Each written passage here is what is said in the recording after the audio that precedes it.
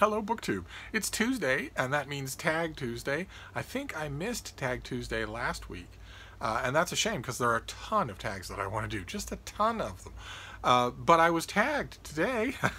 I was tagged by Brian at Bookish, who tagged me in the DNF tag, which was originally created by Gunpowder, Fiction, and Plot. I will leave a link to both their channels down below. Gunpowder, Fiction, and Plot is new to me. And Brian at Bookish, we are well-known arch nemesis. And this is all, as you can tell from the title, this is all about DNFing, which for those of you who may be just encountering BookTube, you may not be familiar with our terminology. First of all, as egotistical and self-serving as it might sound, if you are just encountering BookTube through me, instead of through a hyper-caffeinated bourbon-binging 21-year-old who's cartwheeling around a well-lit studio apartment enthusing about books written for children that they haven't in fact read. If you're encountering BookTube rather than them through me, welcome. We are an extremely broad, extremely diverse, extremely multifaceted, gigantic community of online book enthusiasts. We do not all read books written for a target demographic a full 10 years younger than we are. Okay, so welcome. I don't think you are. I don't think, despite how many videos I make and how much that might be favored by a YouTube algorithm, I don't think many people encounter BookTube through me. And there's a very good reason for that, a very simple reason. Because although I have made more videos than any other BookTuber, I don't monetize them. And that's what YouTube cares about. So I don't think I get shoved under the noses of many people who are just wondering what this BookTube thing is. But anyway, in the BookTube parlance, DNF means did not finish. It means a book that you picked up, you started, and then you dropped it for whatever reason. And DNF has no technical connotation about what the law enforcement industry would refer to as prejudice. You are not DNFing with prejudice. In other words, you submit leave to represent. You could easily pick the book up again, but you did stop. And that is a reflection in its own right. That's a discussion worth having in its own right, because there's a strong argument to be made that one of the author's main duties is to make sure that you don't feel that way about their book. And that if you do feel that way, they have failed in such a main duty that it really doesn't matter what other authorly duties they might succeed at. I think that's fascinating, and one of the things I love about this tag is that although it's called a tag and although it has, what is it, 8 specific questions, what it really is, I think, is an invitation to a discussion about DNFing. And that's what I love about it, and that's what I want to encourage all the rest of you to do. I want to encourage that kind of discussion. Brian's discussion was fascinating. Although he seems in such a hurry to get done with his videos. Is he uncomfortable? Is that why he's in such a hurry to blast through his tag videos? If you're uncomfortable, you might consider ditching the pants. You are retired after all. Anyway, question number 1, of course, is nice and basic, which is, do you DNF? Do you do it? Is it a policy of yours? To the very limited extent that this tag actually applies to anyone other than Shawn the Book Maniac, BookTube's well-recognized Empress of Bailings, whose art form is the DNF. To the very limited extent that any of the rest of us can answer that question, my answer would be no. I don't typically DNF a book, even if I'm reading along and the author is boring me. You know, I'm 2 chapters in and I know what you're doing and I know what you're going to do and you haven't surprised me yet and your language is dull. Well, then I will do it out of a sense of duty because it feels slightly wrong not to. Unlike a lot of you, I don't sleep as much as the rest of you do, first of all. And second, more importantly, I don't do anything to read. I devote all of my time. Those of you who are new to my channel, I am a professional book critic. And by professional, I mean exclusively professional. I don't do anything else. I don't have a side gig teaching. I don't have a book that has proceeds rolling in every month. I don't have anything like that. Don't have a spouse that has the money rolling in. Deb Dunn left me many times. So all I do is read books and then write about them. And that is not an even split, unlike with some of my critical brethren, because I am not an agonizer. over the written word. I am a pretty fast reviewer. There are a handful of people watching this channel, both people that I've met through BookTube and also friends of mine from IRL, in real life, a phrase I hate because this is of course real life too. But there are some old friends of mine who watch this channel from time to time. I don't know that any of them will watch this particular video, who have seen me compose a piece from scratch and have seen how fast I can do it. And a lot of times they haven't seen even how fast it can be done. I can do it very fast. I am the fastest hack writer east of the Pecos. So it's not an even split for me. Most of my time is spent reading. And because of that, because of those two things, because I have more time to spend reading and because I do more time reading, it just doesn't feel right once I've embarked on a book to stop. Especially since I have had authors surprise me. From the lamest or least promising beginnings, I've had authors surprise me. And that bugs me. Just in terms of being a critic, it bugs me that that might happen and I might not know about it. No, it's unpalatable for me, so I generally speaking don't do it. And that also includes books where by chapter 2 I am not bored, but rather furious. Where the author has started lying, started doing something horrible, started doing something lazy, or worst of all, contemptuous of me, the reader. If by chapter 2 I am feeling that, and I am feeling the prospect that that is going to continue for the rest of the book, I still keep reading. You might think that would be a reason to DNF, but no. In this, as in so many things, I refer to the lyrics of Public Image. One of their best lyrics, typical in their raucous sincerity and simplicity, is anger is an energy. That's just fine. Anger will work just fine to get me through to the end of the book. But if you are an author who does that, heaven and all its saints protect you when I'm done. Because if I feel like venting that anger in a written review, it'll be there forever. It'll be out in the world forever. And they are my favorite kinds of reviews to write. Which is why I strictly ration them. I could jump up and down in a pool of blood on a book every single day. I read that many books that I hate. I could jump up in a pool of blood every day on a book. I could make a whole book of reviews that way, of what is referred to in the reviewing world as a hatchet job. Some reviewers that I know and that I've read over the years have said that hatchet jobs are very draining and that they're not very satisfying. I'm just assuming from comments like that those people did not grow up in Irish Catholic South Boston. As far as I'm concerned, a good old-fashioned bloodletting is just about as healthy and rejuvenative as anything could be. But I ration them because I would rather help spread the word about a good book than crush a book. It's only rarely been my pleasure in what, I don't know how many years it's been now, to do both at the same time. That is a particular kind of review that I think I am the person who does more of that particular kind of review than any other reviewer, where not only the reading public, but especially the author, finishes the review and says, I feel like I've been either eviscerated or really complimented, or maybe both at the same time, but is that possible? I don't know. I don't know. One way or another, I pretty much never DNF. Shawn the Book Maniac, whose name is going to come up, I imagine, in connection with this tag a lot, not just from me, but from everybody, because he's synonymous with DNF in our little corner of BookTube. He often makes the point when he discusses bailing on a book, which I'm hoping he will do this tag, and I'm hoping that it's just a long, freewheeling discussion of bailing, of DNFing, because I'd love to hear it. He will often say, you know, my reading time is too scarce. It's too valuable to waste on books that aren't doing it for me. And also, the negative energy, the negative responses aren't worth it either. I'm fine having a negative response to a good book, something that kept me reading. I'm fine doing that, but he makes points like that all the time, and those points are valid. Your reading time is very, very scarce. Less scarce than you think it is, less scarce than you describe it, but still very, very scarce. So there is a rationale for DNFing, but I generally am exempt from that rationale, so I don't do it. And question number 2 is, if you DNF a book, does it count towards the books you read that month? Brian was flabbergasted by this question, and so am I. Of course it does not. Of course it does not. The list of books that you have read at the end of the month is a list of books you have read, not the list of books you've touched or shed DNA on, which is one of the reasons, one of the places that Shawn and I tend to part ways, and that if we had a televised discussion, if he didn't hate me because he thinks I smell. This would be a foremost bone of contention, is when he does what he calls a bail review. You cannot in any way critically analyze a book that you have bailed on, that you have DNF'd.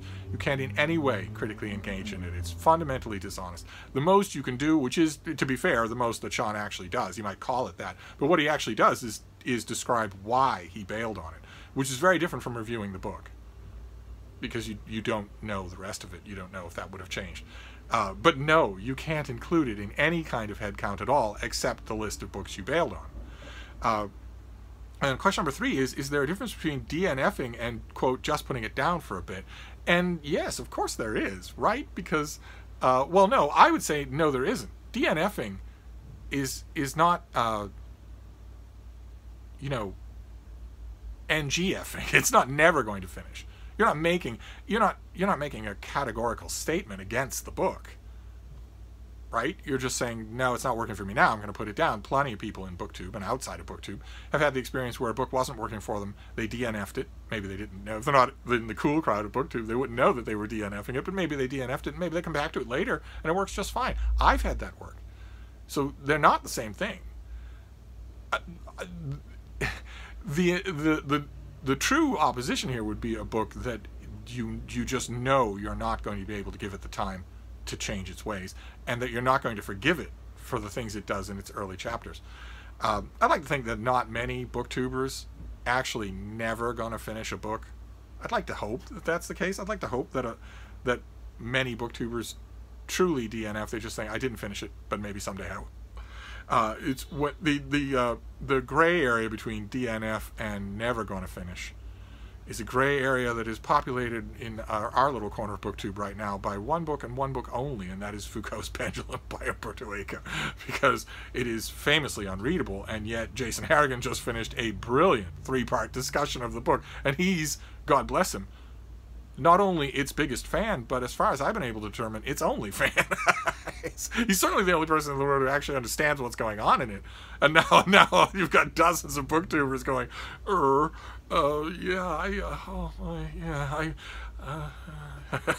they're holding up some version of the book, and when they tip it over to the camera, the bookmark is in some variously hopeful place, but nowhere near the end. Gotta love a true believer. Question number 4 is, what popular book have you DNF'd? And there have been popular books where I very much wanted to, where I was pretty sure that the author wasn't going to do anything different. Most popular literary bestsellers, most popular literary sensations, I can tell what they're going to do from chapter 1 or maybe chapter 2, and they're not going to change. They're not going to surprise me except to further outrage me. I have felt that with many books that have gone on to win awards and been lavishly praised all over the landscape of BookTube, but I don't stop reading them, because then you can't talk about it critically. You can't talk about it. If you stop reading it, all you can say is, I stopped reading it for these reasons. But you can't say the rest of the book is like that, and I want to be able to do that. I want to know what I'm talking about. So there have been many books where I've wanted to DNF them, but I don't. And question number 5 is, what books do you wish you had DNF'd? And there are plenty. I don't really wish that I had DNF'd Ordinary People or you know, My Year of Rest and Relaxation, or any of the other crap books, or the Karl Ove Knausgaard, any of the other crap books that come take the literary world by storm and then are completely forgotten in 2 years by their foremost fans, who don't remember them at all. There are plenty of those books where I wish that I hadn't read them. A part of me does, but another part of me is happy that I did, because this is my literary world. This is the literary world that I encountered. I'm not encountering the literary world of the 1920s. No wisecracks from the peanut gallery, okay? I'm not encountering the literary world of the 18th century. This is the literary world that I'm encountering, warts and all, good stuff and bad stuff.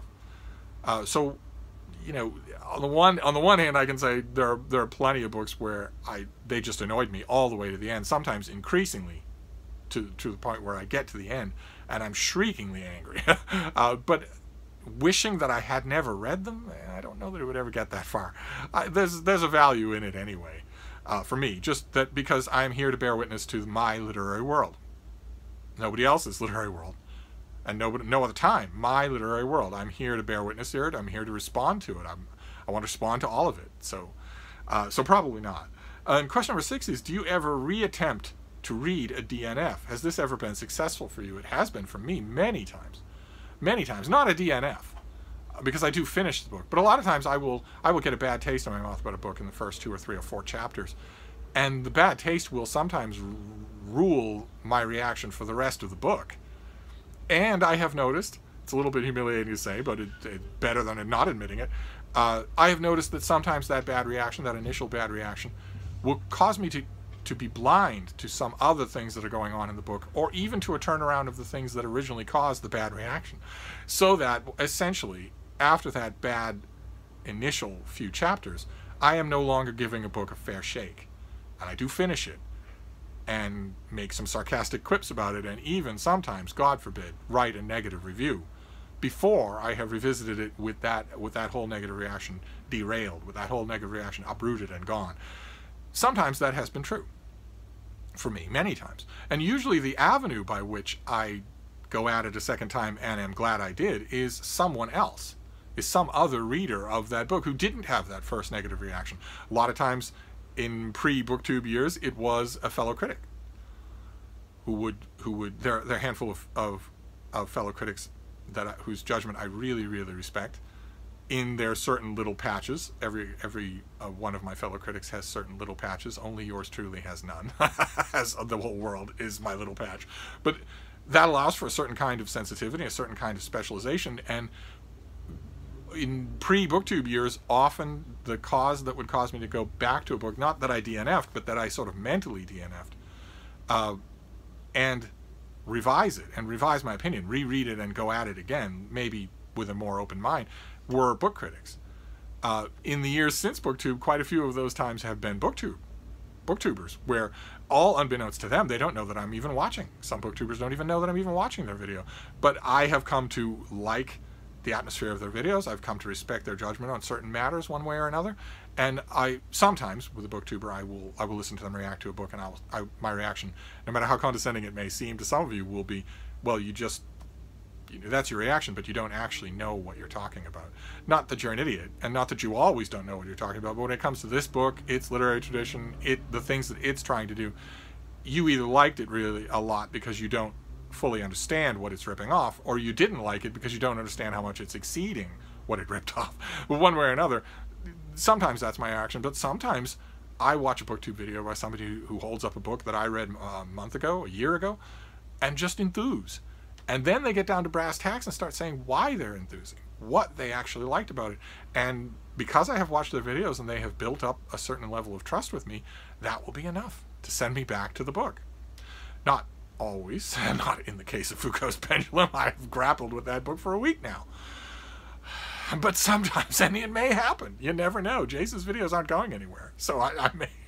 I have a feeling that Shawn the Book Maniac and Foucault's Pendulum are going to come up a lot in these videos by people. But yes, the answer to the question is yes. I have revisited books that I have not DNF'd, but that I have come away from. You've seen it happen on this channel many times, where I've come out of them with a negative impression, and then just decided to re-go it, and been very happy that I did. I could make a long list of such books, even just recently. And question number 7 is, what do you do with books that you DNF? I don't actually DNF books, but I do get rid of books. At least I did, before the pandemic. I had a number of different ways. I have a friend who runs a church here in Boston who's perfectly willing to take donations, massive amounts of donations, just send a boy by with a car and pick up boxes and boxes of stuff. I would often turn books in for credit at the Brattle Bookshop, and that's always useful, and that was all pre-pandemic, and none of that stuff is as easy as it once was. The only thing I don't do is a little free library. Those little box free libraries that people set up on their street, usually at the end of their driveway, and just fill with books so that people walking by can just pick them up and take them. You'd think I would have one of those. I'd think I have the most popular one of those in the neighborhood. There are about 5 of them within walking distance of my front door, and I have a perfect spot for one. I don't have any technical ability to build such a thing, so I haven't ever done it. Although once upon a time, a couple of months ago, I did put out just an informal box of books with a sign saying free, enjoy, and it was emptied immediately, a couple of times. So there is traffic, foot traffic that passes by that would gobble up a little free library. It's the only way I don't do it. But I do get rid of books, even books that I like. I get rid of, not necessarily the ones that I quote unquote DNF. then question number 7. Question number 8. Do you choose more or less risky titles because of your stance on DNFing? No, absolutely not. Brian, in his video, mentioned that he's a very careful reader, a very careful vetter of the books that he is going to read. And I imagine that's true for a lot of you too, and it probably should be. I have a number of factors working against me for being such a careful reader. I have, for most of my life, in one way or another, got books for free. And also, like I mentioned, I do a lot more reading, and I read a lot faster than most people do. So I have less inclination to be picky and choosy, and old friends of mine would reinforce that, and they wouldn't be so careful about it either. Old friends of mine would say, Steve will read anything. He'll read anything at all. He'll just gobble it all down. As long as those friends don't say that I have no critical judgment, then I'm okay with them saying that I'll read anything that I hoover up off the sidewalk. And as far as I know, they don't. Old friends of mine will say, "Oh yeah, Steve will read anything." There's no saying. There's no way to look at a book and say, "Oh, Steve won't have any interest in that." It's fine. I'm fine with them saying that, as long as they don't then go on to say, "Yeah, and he loves it all," because I don't. I have a whole slate of very articulated critical reactions to everything I read, but I'm not all that choosy. So no, definitely not. And then question number 9, tag 5 BookTube buddies or however many people that you want. And I have a list of people that I want to tag. I'll start, and they're all well known. They're all recidivists on this channel. I would tag Shawn D, Standfast, of course. I want to tag the other members of the OGBG, Mark Richardson, Jason Harrigan at Byways and Bookland, Todd Oval at Todd's Bursting Bookcase, mainly because this tag is really an invitation to discuss DNFing, the concept of DNFing, the parameters of it for you as a reader. And this is the sort of thing, those are the sorts of questions. Do you ever drop a book? If you do you ever go back to it? And under what circumstances? All these kinds of questions are the kinds of questions that I would ask these people personally if I could meet with them. But also, let's see, Hannah at Hannah's Books, I'd love to hear it. Love to hear it. How much time you have? How picky it makes you? I'd love to hear it. Greg, it's supposedly fun. I haven't tagged you in a long time, and I don't know if you've done this tag, but I'd love to hear it. Love to hear what constitutes the rules for DNFing. And Sarah, of course, at Steeped in Books, and Jack, the Rambling Raconteur. I'd love to hear these.